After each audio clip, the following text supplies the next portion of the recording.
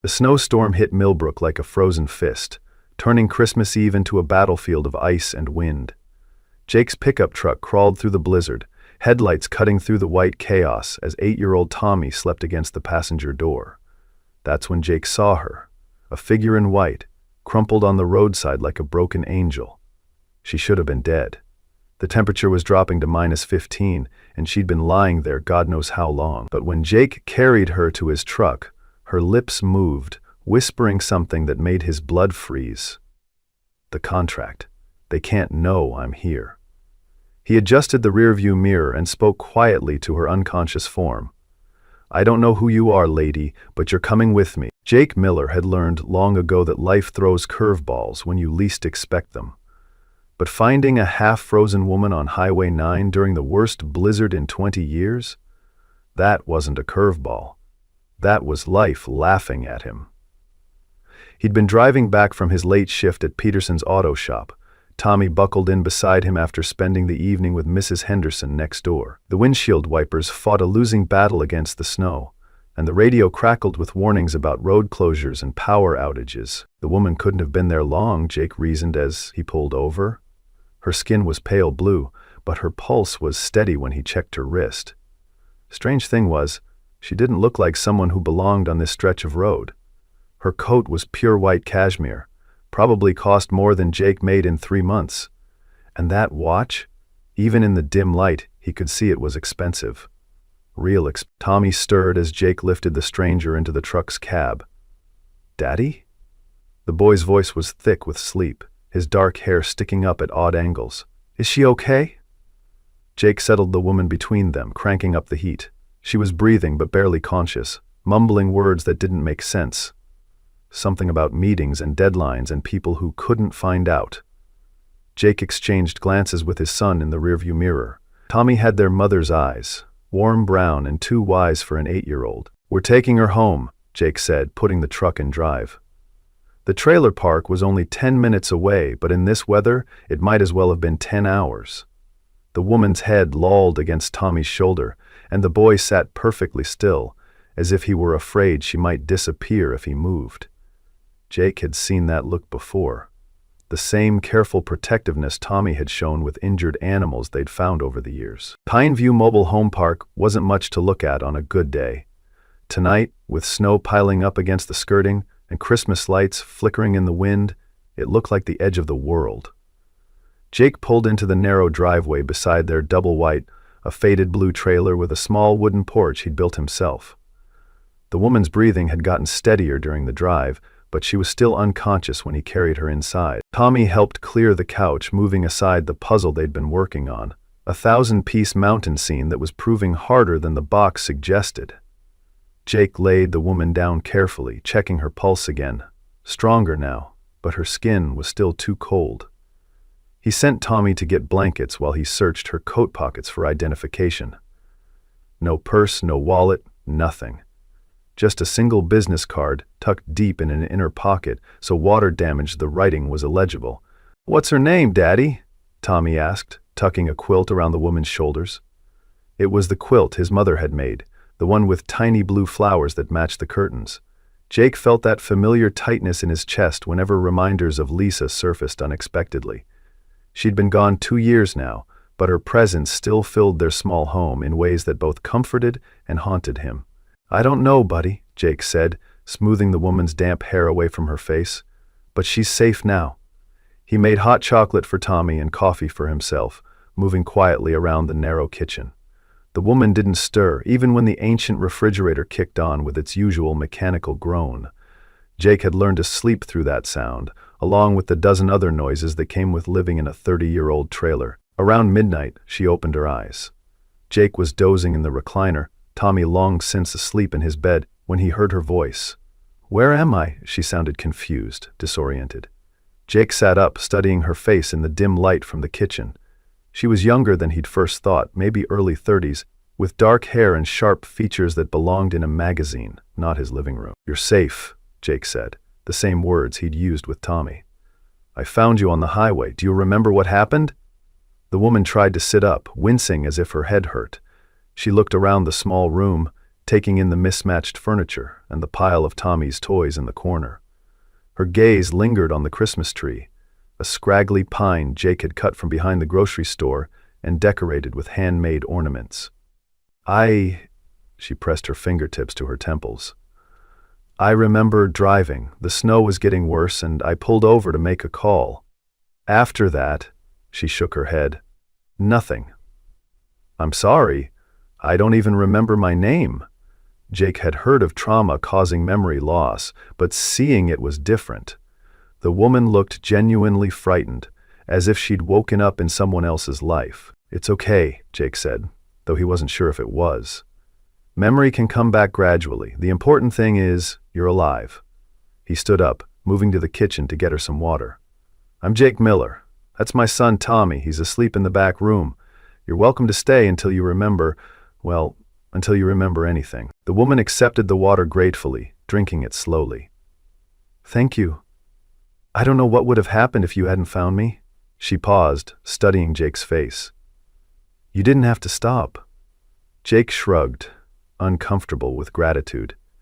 He'd done what anyone would do, what he hoped someone would do for Tommy if the situation were reversed.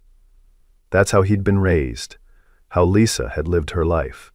Can't leave someone to freeze, Jake said simply. We'll figure out the rest tomorrow.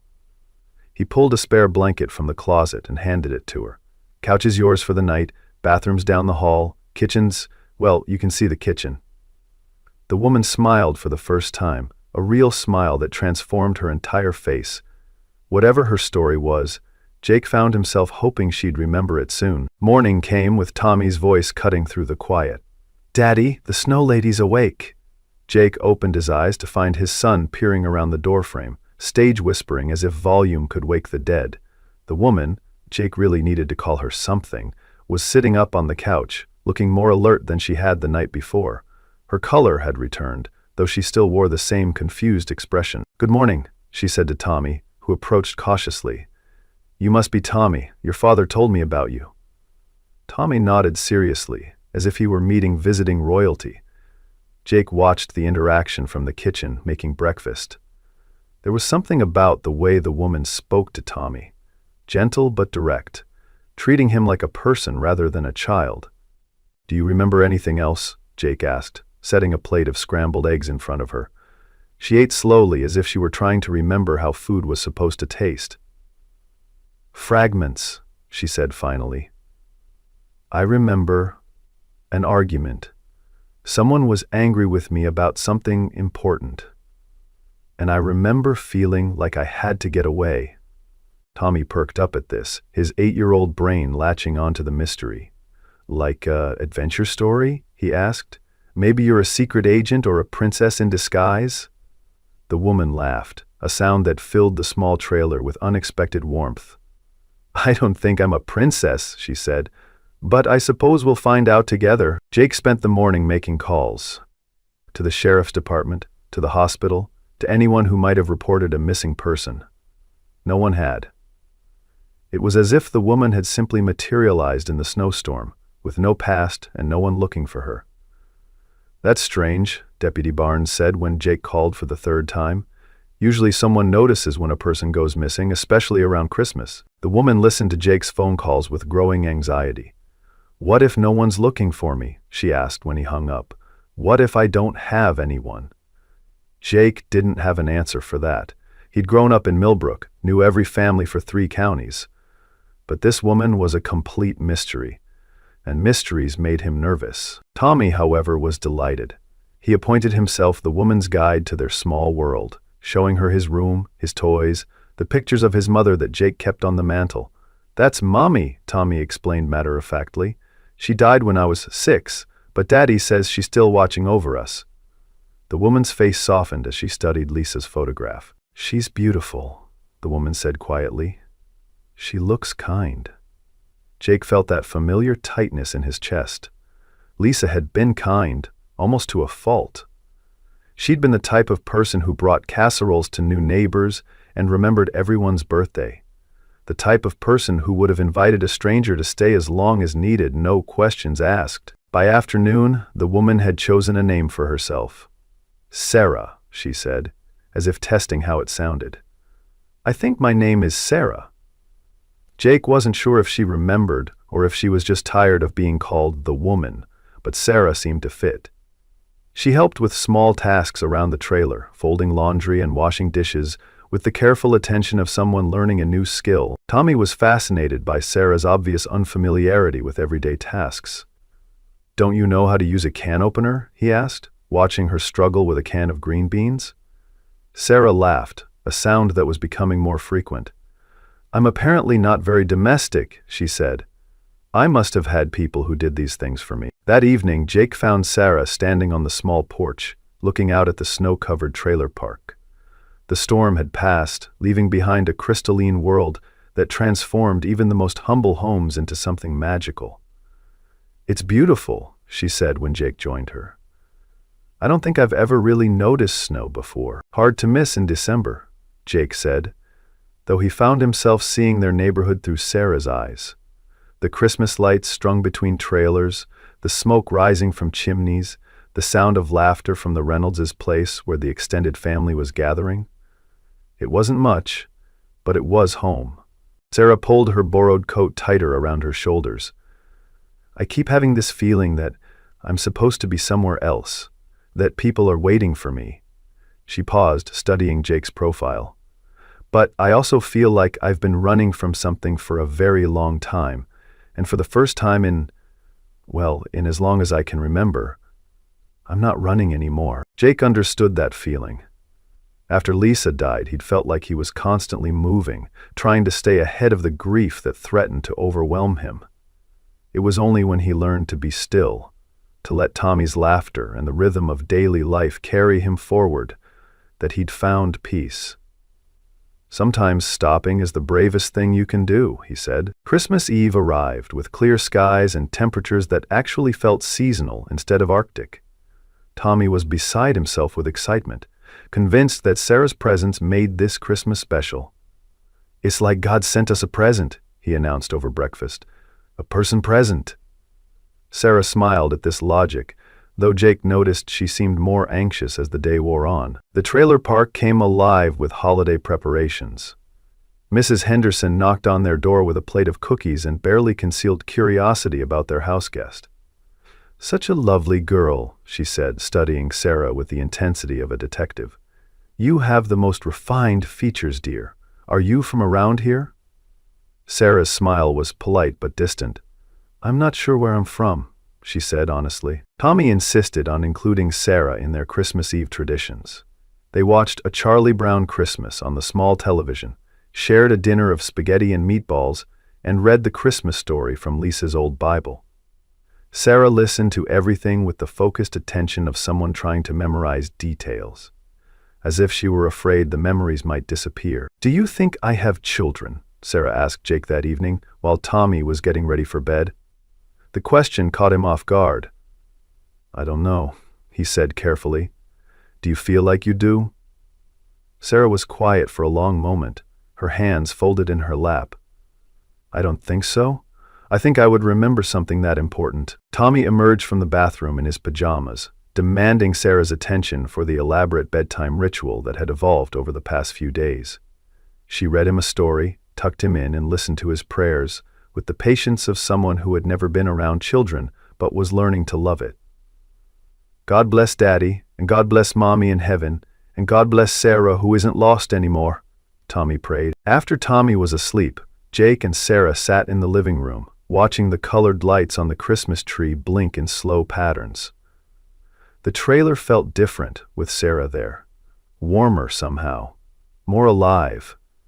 Jake had gotten used to the quiet that came with being alone with Tommy, but Sarah's presence reminded him of what he'd been missing. "I should probably try to find out who I am," Sarah said quietly. "It's not fair to you and Tommy, having a stranger in your home."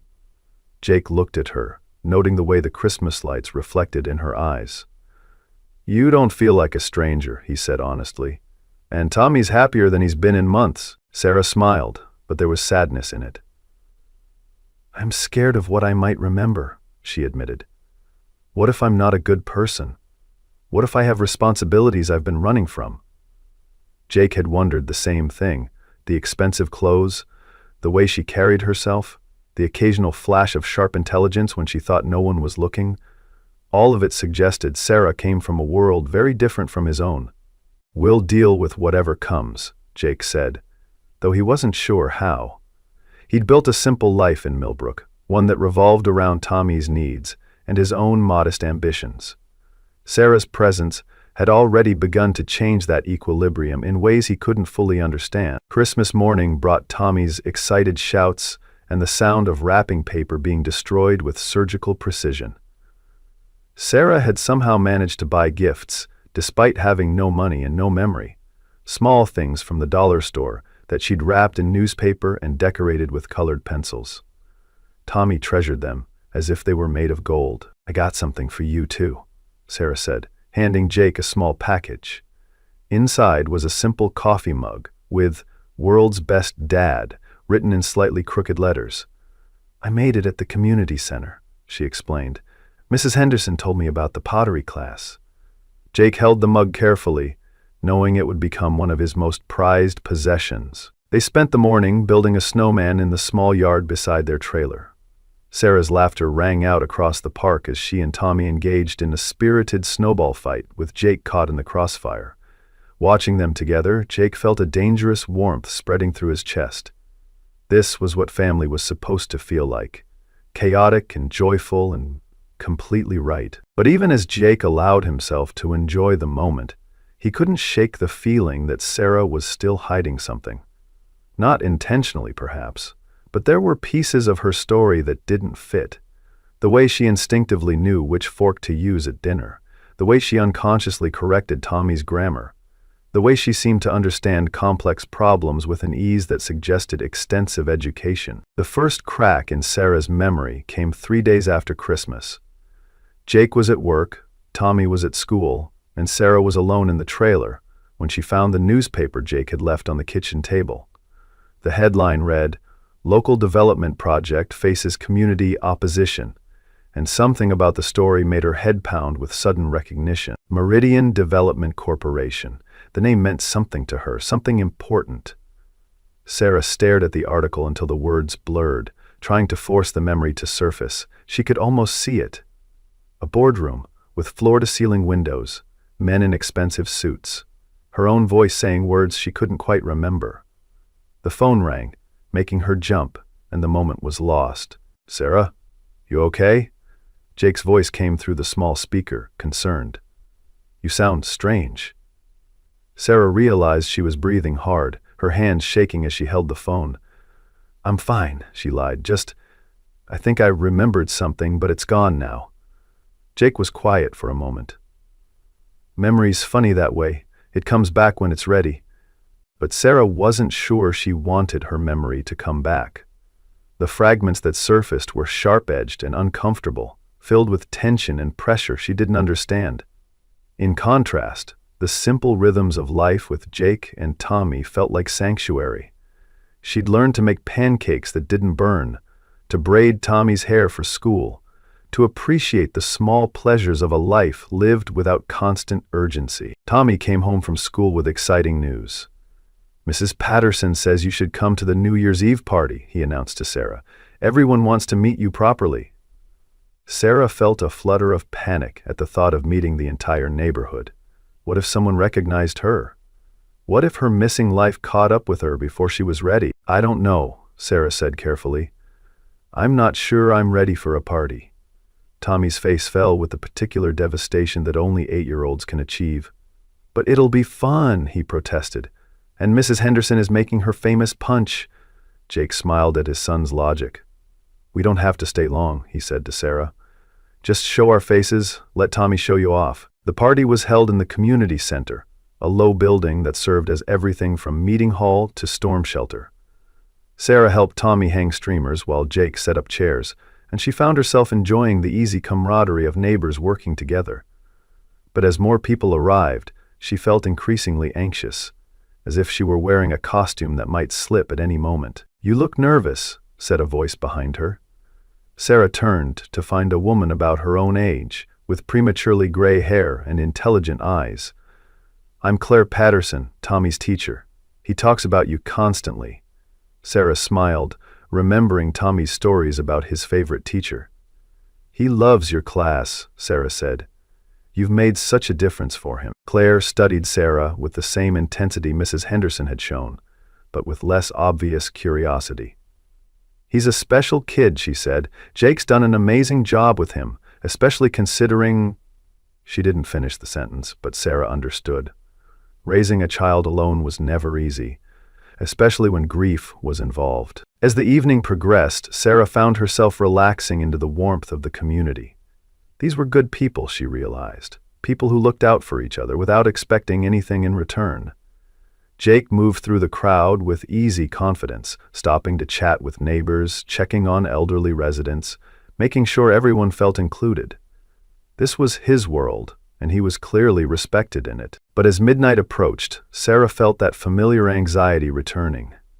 "I need some air," she told Jake, stepping outside into the crisp night. The sky was clear, stars visible in a way they never were in— where? The thought slipped away before she could catch it. Jake followed her outside, concern evident in his expression. "You okay?" he asked, though he'd been asking that question a lot lately. Sarah wrapped her arms around herself, staring up at the stars. "I keep feeling like I'm living someone else's life," she said quietly. "Like the real me is somewhere else, and I'm just playing pretend." Jake moved closer, his presence solid and reassuring. "Maybe the real you is exactly who you are right now," he said. "Maybe everything else is just background noise." Sarah looked at him, seeing the sincerity in his eyes. Jake Miller was the most honest person she'd ever known, though she couldn't remember knowing anyone else for comparison. "What if I remember and I have to leave?" she asked. Jake was quiet for a long moment. "Then we'll deal with it," he said finally. "But until then, you're here. You're part of our family." The word family hit Sarah with unexpected force. She'd been so focused on her missing past that she hadn't realized she'd been building a present. With Jake and Tommy, she'd found something she hadn't even known she was looking for. The countdown began inside the community center, voices rising in unison.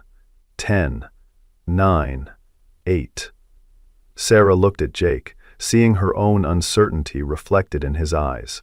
7, 6, 5. Whatever happened next, this moment was real. 4, 3, 2. Jake's hand found hers, warm and steady. 1. Happy New Year. The kiss that followed was gentle and tentative, as if they were both afraid it might break the spell that had brought them together. But it didn't break anything. Instead, it felt like the first honest thing that had happened since Sarah opened her eyes in Jake's trailer. When they broke apart, Sarah saw her own wonder reflected in Jake's expression. "Happy New Year, Sarah," he said softly. "Whoever you are." And for the first time since she'd lost her memory, Sarah didn't want to be anyone else. She wanted to be exactly who she was in this moment, with this man, in this life, they'd accidentally built together. But even as Sarah allowed herself to hope, somewhere in the distance, her phone was ringing in a boardroom she couldn't remember, and people in expensive suits were asking questions she couldn't answer. The two worlds she'd been living between were about to collide, and neither Jake nor Sarah was prepared for what that collision would reveal. The first sign of trouble came on January 3rd, when Jake returned from work to find Sarah sitting at the kitchen table, staring at a manila envelope with the intensity of someone defusing a bomb. Her face was pale, her hands trembling slightly as she held what appeared to be legal documents. "Sarah?" Jake's voice was careful, the way it got when Tommy was hurt or scared. "What's wrong?" "I remember," Sarah said quietly, not looking up from the papers. "Not everything, but enough." She gestured to the envelope. "This was in the mailbox. It's addressed to me. My real name." Jake felt his stomach drop as he read the return address. Meridian Development Corporation. The same company he'd seen mentioned in the newspaper, the one planning to develop land around Millbrook. Sarah's hands shook as she pulled out a thick stack of documents. "My name is Sarah Chen. I'm the CEO of Meridian Development." She looked up at Jake, her eyes filled with a mixture of fear and regret. "And according to these papers, I own the land your trailer sits on. All of it, the entire Pineview Mobile Home Park." Jake sank into the chair across from her, his mind struggling to process this information. The woman who had been living in his home, sharing meals with his son, kissing him under the New Year's stars. She was the corporate enemy he'd been reading about in the local paper. "You're here to tear down our homes," he said, his voice flat with disbelief. "I was," Sarah admitted, her voice barely above a whisper. "The documents show I was supposed to finalize the purchase 3 weeks ago. I was driving to Millbrook to oversee the eviction notices when," she gestured vaguely at her head, "when I ended up in that snowbank instead." Jake stared at her, seeing the expensive clothes and refined mannerisms in a completely different light. "Eviction notices," Jake repeated slowly. "You were coming here to kick us out of our homes." Sarah flinched at the harsh reality of his words. "It's not personal, Jake, it's business. The land is worth millions if we develop it properly. Shopping centers, office buildings, upscale housing." She stopped, realizing how hollow the justification sounded. Jake stood up abruptly, pacing to the small window that overlooked the trailer park. Outside, he could see Mrs. Henderson hanging laundry, the Reynolds children playing in the snow, old Mr. Garcia sitting on his porch despite the cold. These weren't just houses to be bulldozed. They were homes, filled with people who'd lived here for decades. "How long have you been planning this?" Jake asked, his back still to her. Sarah consulted the documents with the careful attention of someone trying to piece together her own life. "According to these files, about 2 years, we've been quietly buying up properties, waiting for the right moment to make our move." 2 years, right around the time Lisa died, when Jake was too consumed with grief to notice corporate vultures circling his neighborhood. "And you don't remember any of this?" Jake turned back to face her, searching her expression for signs of deception. Sarah's eyes were red-rimmed, her professional composure cracking. "I remember fragments now. Board meetings, profit projections, lawyers talking about necessary relocations, but I don't remember feeling anything about it. It was just numbers on spreadsheets." Tommy's voice cut through the tension like a knife. "Daddy, why do you look mad?" He stood in the doorway, still wearing his school backpack, his young face scrunched with confusion. Jake and Sarah exchanged a look of mutual panic.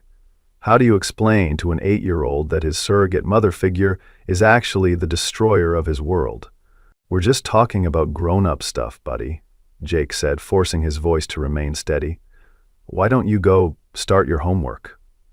Tommy looked between them suspiciously, the way children do when they sense adult secrets. "Is Sarah leaving?" he asked directly. The question hung in the air like a live wire. Sarah knelt down to Tommy's level, her voice gentle despite the chaos in her eyes. "I might have to go away for a while," she said carefully. "There are some things I need to figure out about my life before I lost my memory." Tommy's face crumpled with the particular devastation of a child who'd already lost one mother. "But you just got here," Tommy protested, "and you're learning to make pancakes, right? And we were going to build a treehouse in spring."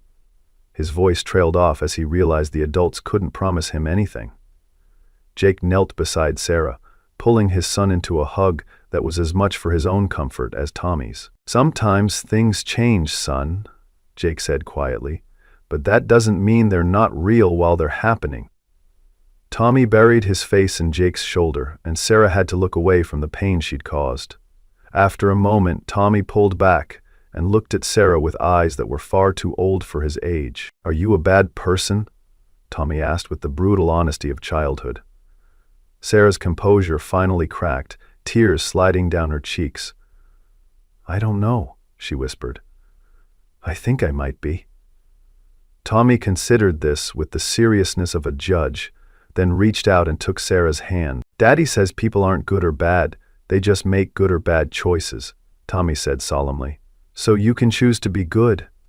Sarah squeezed his small hand, overwhelmed by the simple wisdom of a child who'd learned too early that life was complicated and unfair. That evening, after Tommy had gone to bed, Jake and Sarah sat in the living room like strangers. The easy intimacy they'd built over the past weeks had evaporated, replaced by the reality of their impossible situation. Sarah had changed back into her original clothes, the expensive white coat and designer jeans that marked her as an outsider in their world. "I have to go back," Sarah said finally. "My assistant, my board of directors, everyone's been looking for me.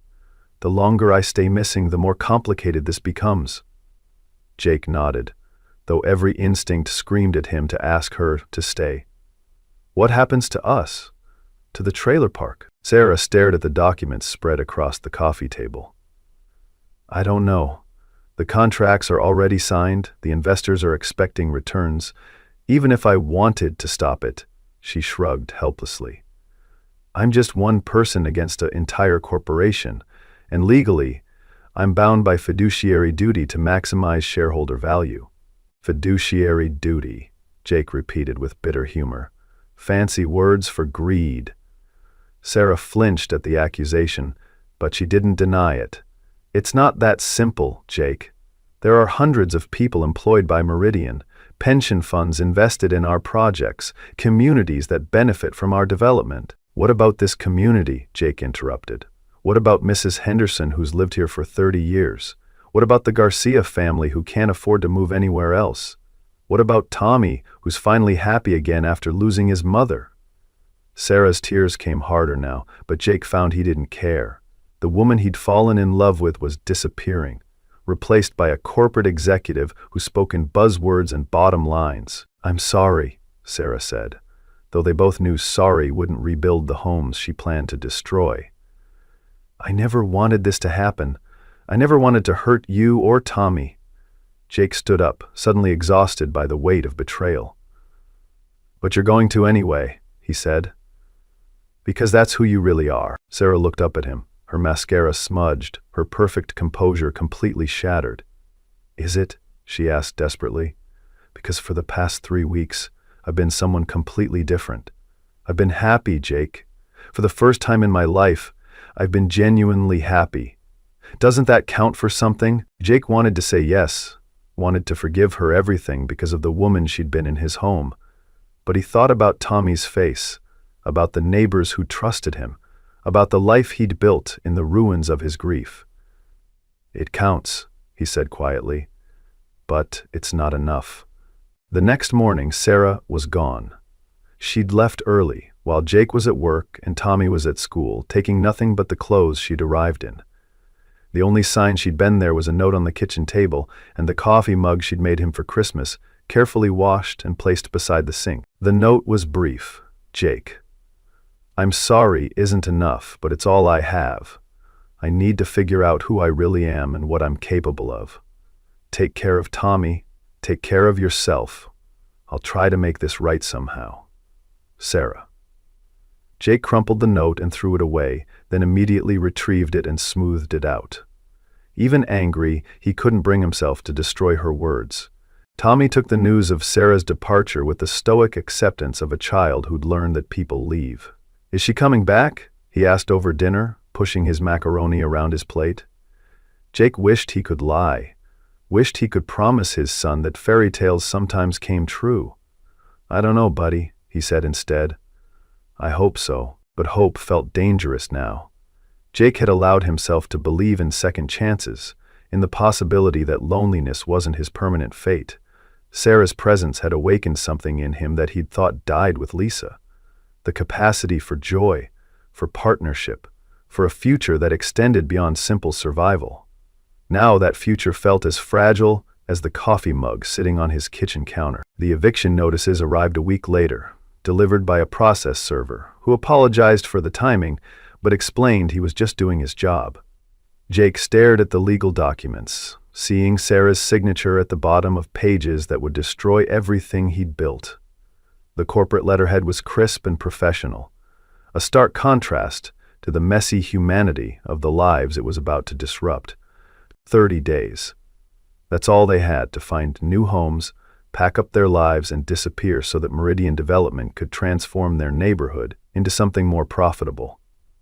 Jake walked through the trailer park, watching his neighbors grapple with the same impossible reality.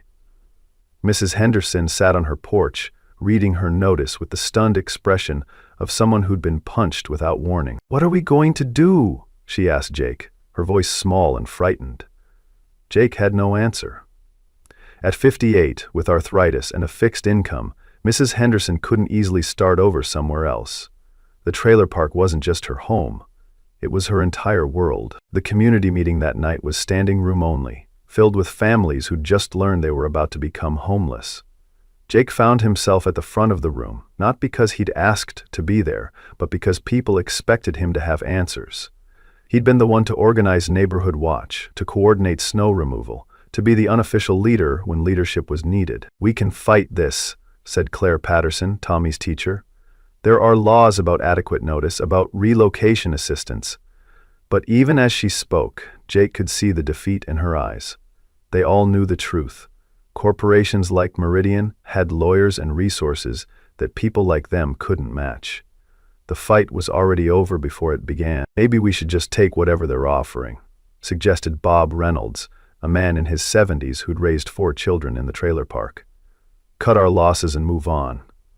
A murmur of agreement rippled through the crowd, the weary acceptance of people who'd learned that life rarely gave them choices. But Jake couldn't accept defeat, not when he thought about Tommy's face, about the life they'd built in their small home. "This is our community," he said, his voice carrying across the room. "These are our homes. We don't just roll over because some corporation decides we're inconvenient." The crowd stirred, responding to his passion, even as they doubted his optimism. "What do you suggest?" asked Mrs. Henderson. "We can't exactly outbid Meridian Development." Jake had been thinking about that question since the notices arrived. "We make it expensive for them," he said. "We make it public. We make it a story that costs them more than just money." And so began the battle for Pineview Mobile Home Park. Jake organized protests, contacted local media, reached out to every advocacy group he could find. The story of the small community fighting corporate development resonated with people who'd never heard of Millbrook, and suddenly their little trailer park became a symbol.